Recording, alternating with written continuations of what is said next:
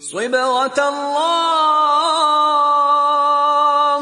ومن أحسن من الله صبغة ونحن له عابدون۔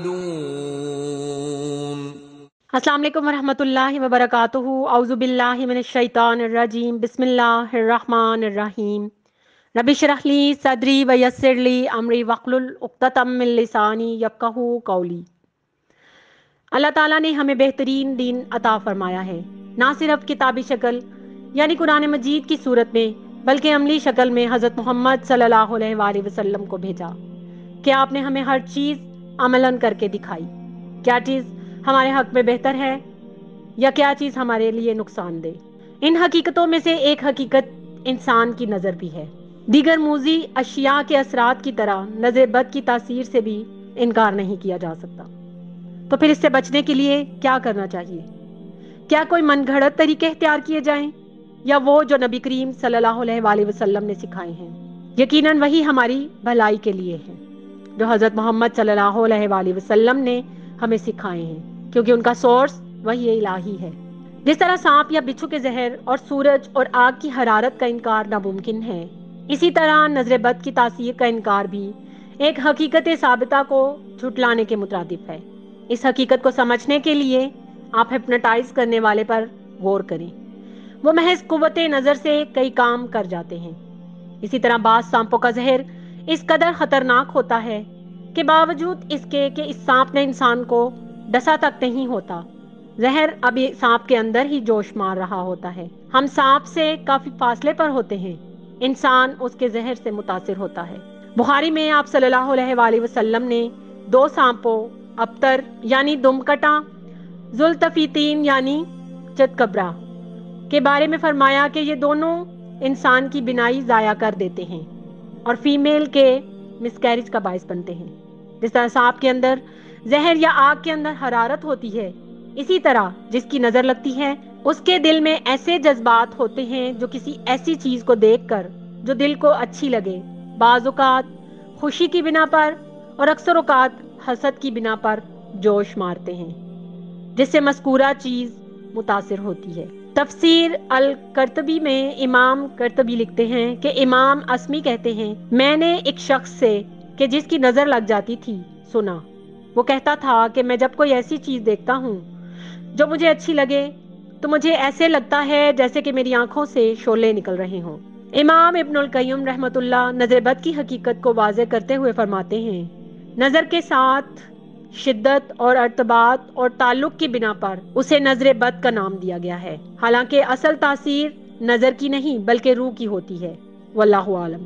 اس کے بعد فرماتے ہیں نظر بد کی حقیقت یہ ہے کہ کسی کو کوئی چیز اچھی لگتی ہے تو اس کے دل میں اس کے متعلق خیالات پیدا ہوتے ہیں جو بعض اوقات خطرناک زہر کی کیفیت اختیار کر لیتے ہیں۔ ان خیالات کے زہر کو وہ آنکھوں کے ذریعے اس چیز تک منتقل کرتا ہے۔ نظر کبھی بغیر ارادے کے بھی لگ جاتی ہے اور کبھی خود انسان کو اپنی ہی نظر لگ جاتی ہے۔ اس لیے حکم دیا گیا ہے جسے کوئی چیز اچھی لگے یا اس کے دل کو بھائے وہ اس کو دیکھ کر ماشاء اللہ لا قوت الا باللہ پڑھے یا اللہم بارک علیہ کہے۔ اللہ تعالیٰ نے سورہ یوسف 67 میں فرمایا، اور کہا یعقوب علیہ السلام نے اپنے بیٹوں سے کہ ایک ہی دروازے سے داخل مت ہونا بلکہ الگ الگ دروازوں سے داخل ہونا، میں تمہیں اللہ کی تقدیر سے نہیں بچا سکتا، حکم تو سب اللہ ہی کا ہے، میں نے اسی پر بھروسہ کیا اور تمام بھروسہ کرنے والوں کو اسی پر بھروسہ کرنا چاہیے۔ حضرت یعقوب علیہ السلام نے اپنے بیٹوں کو مختلف دروازوں سے داخل ہونے کا حکم کیوں دیا؟ ابن کثیر فرماتے ہیں حضرت ابن عباس، حضرت محمد بن کعب اور دیگر بہت سے اہل علم رحمت اللہ کا خیال ہے کہ حضرت یعقوب علیہ السلام نے نظر بد سے بچنے کے لیے انہیں الگ الگ دروازوں سے داخل ہونے کا حکم دیا تھا، کیونکہ وہ پیغمبر زادے اور حضرت یوسف کے بھائی تھے، خوبصورت، قداور اور نوجوان، اور 11 کے 11 ایک ہی دروازے سے داخل ہوتے تو کسی حاسد کی نظر کا شکار ہو جاتے۔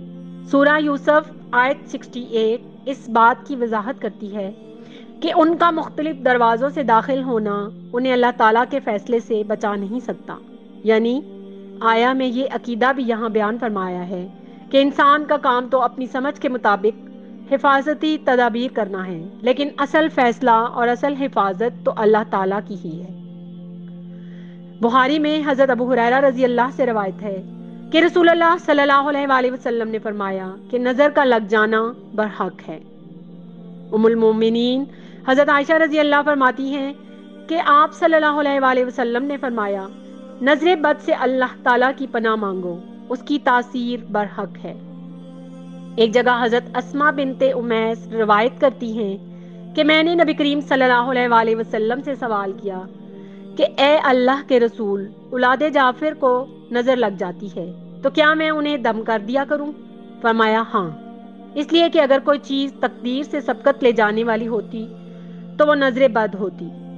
حضرت جابر رضی اللہ تعالیٰ فرماتے ہیں کہ رسول اللہ صلی اللہ علیہ وآلہ وسلم نے فرمایا، نظر بد انسان کو قبر میں اور اونٹ کو ہنڈیا میں داخل کر دیتی ہے۔ حضرت جابر رضی اللہ سے روایت ہے کہ رسول اللہ صلی اللہ علیہ وآلہ وسلم نے فرمایا، قضاء اور قدر کے بعد میری امت کے لیے زیادہ تر لوگوں کی موت کا سبب نظر بد بنتی ہے۔ اللہ تعالیٰ مجھے اور آپ کو ہر قسم کی اچھی بری نظر سے بچائیں اور ہمیں ایمان کی بہترین حالتوں میں رکھیں اور ہماری طرف آنے والے ہر شر کو خیر میں بدل دیں۔